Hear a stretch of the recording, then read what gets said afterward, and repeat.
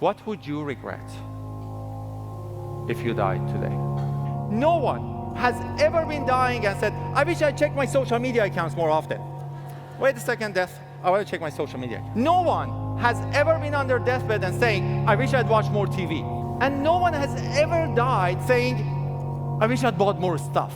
The biggest poison in us is regret. Because people sort of define themselves by the worst moments that they've ever had. And if that's the case, like some people are stuck in high school. So sometimes when you think you're making the wrong decision, or you have to making the toughest decision because you're thinking about somebody else and the consequences, if you think the price of winning is too high, wait till you get the bill from regret.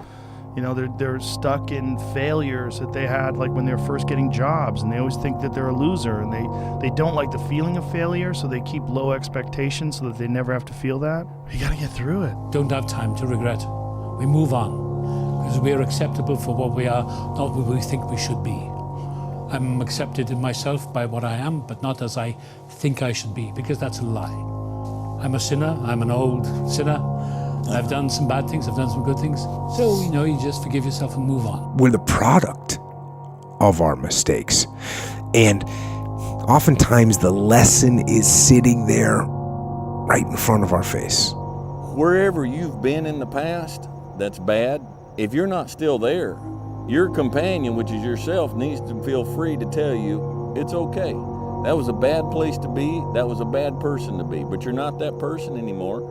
And you're not in that place anymore. But if you're with yourself and yourself is always beating you up, you're not going to want to be with yourself. You have a great life in front of you, but your great life is in front of you. It's not behind you. What you did back there was learn the lessons to get you to where you are at this particular moment right here. Even the regrets, the bad things or the stupid things, you learn not to do bad things or stupid things. The dumb shit that I've done or the bad mistakes that I've made, they've taught me. You know, you learn. That's why failure is so important. You will never succeed more than you fail. That's not how it works. You know why?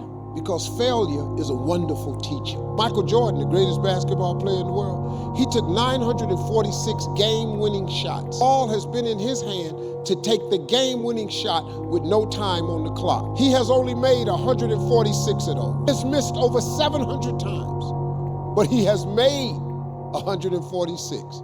You know what they write about? When you make it. We all fall down in life. The question is, who gets back up? You go after it and you give it all you have. If you lose, at least you tried, man. I failed. It's 10 times more of a man than someone said, what if? Because what if never went to the arena.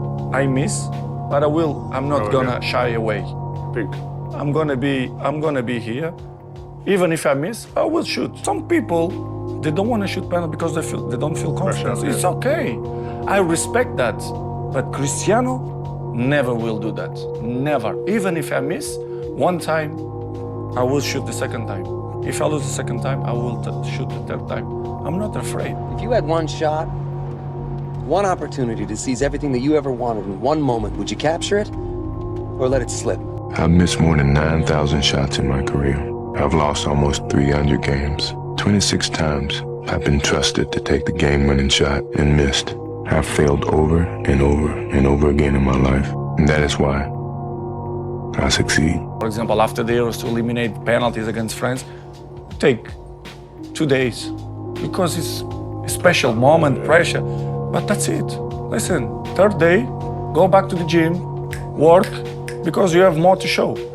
You understand? Life continue. You cannot live in the past. I'm really good on that. Listen, Cristiano, let's go. Life continue. Past is past, it's never come again. The present, it's the best gift that we have in our life. The present, because you don't know that what's going to happen tomorrow. The unfulfilled potential is the story of most people's lives. It is. And it could have been the story of mine. And my biggest fear, honestly, was this is play a game with me. Let's say you're God, and we have a big, long line of people. And I made it to heaven. I'm 75 years old, I'm 300 pounds, I made it to heaven. I worked for Ecolab my entire life, spraying for cockroaches, that's what I did. But I'm dead, I'm in heaven now. And you're judging us all now. Down, I'm next in line, David Goggins. I see my name, and I see all this shit, and God goes, hey, you say, read this, man. And I'm reading this list, and I'm seeing 182 pounds, Navy SEAL, Ranger School, motivational speaker, changing lives. Okay, man, pull-up record, all this shit. And I'm like, that's not me, man. And God looks at me and says, that's who you were supposed to be. He says, imagine you're on your deathbed, and standing around your deathbed are the ghosts representing your unfulfilled potential. The ghost of the ideas you never acted on. The ghost of the talents you didn't use. And they're standing around your bed, angry, disappointed, and upset. They say, we came to you because you could have brought us to life, they say. And now we have to go to the grave together. So I ask you today, how many ghosts are going to be around your bed when your time comes? If you don't fail, you're not even trying. My wife told me this great expression. To get something you never had, you have to do something you never did. You give it your all and you don't half-ass it. Win, lose, draw, get what you want, don't get what you want, whatever the outcome is. If you don't half-ass it, at least you're not going to have to wonder, ooh, would the outcome have been different? What if I did give it my all? And boy, wondering that is what keeps us up at night. Like I see a lot of players take vacations with other players that are close friends. And we'll just take vacations just to take vacations, or just hang out just to hang out. Like I never did that. Why didn't you do that? Well, because when I retire, I didn't want to have to say, I wish I would have done more. We're all writing a book. What's your book look like? Like your life is a book. You got a bunch of chapters in your book, but when they close that book, how good was the book? Can be so amazing because of all that was done, not the money. My dad was an entrepreneur, and he was a very good entrepreneur, but he used to work really, really hard. Although we were living in the same home, there were times that I hadn't seen my dad for 3 months in a row, because he would leave home before we woke up and would come back home after we went to sleep. He wanted to retire at age 53 and go enjoy his passion, which was traveling the world with my mom, going to Europe and Africa and Asia and see the wonders of the world. When my dad turned 50, he was diagnosed with a disease. ALS, in most cases, kills the patient within 3 to 5 years. And when my dad turned 53, he passed away. He never enjoyed his life. He died with massive regrets. You think when you're young that you have all this time. You have no time.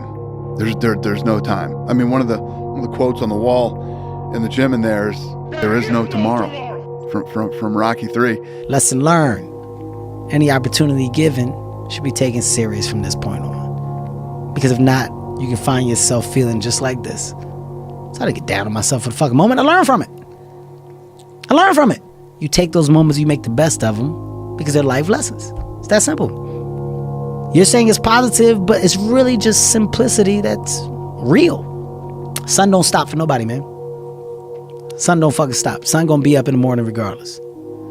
That sun is gonna be up in the morning regardless of how I feel and how depressed I am. The sun is gonna fucking shine in the morning. So do you let the days go by and look up and you done wasted a year doing what? Or do you just pick it up? All right, well, gotta figure it out, made some mistakes, life goes on. Weak mentality is the old you coming back. Don't listen to that. You've got to sideline those thoughts. Kick the fucking neighbor out, don't let him in your house. You're going to lose sleep.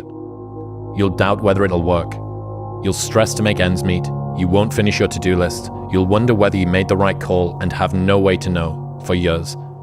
This is what hard feels like, and that's okay. Everything worth doing is hard, and the more worth doing it is, the harder it is. The greater the payoff, the greater the hardship. If it's hard, good. It means no one else will do it.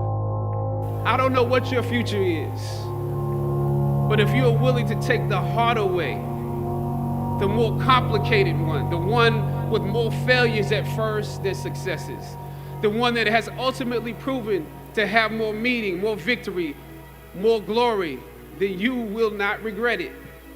If you are short up here, it doesn't matter what you do with these guys, it will never materialize into anything. No dream will ever become a reality. You guys have got to believe in yourself, headstrong, mentally tough. That's the only way through the bullshit here in life. Winners, the difference between them and the spectators is that the winners have a belief that overrides the crowd's disbelief every single time. Their belief is so strong, even though they hit failure, they get knocked on the ass. They're finding the intestinal fortitude to stand back up again, face that same challenge, learning from the previous mistakes, and make it happen. Winners fail a million times. What makes them a winner is that they believe in it, they're headstrong. Nothing's gonna stop them.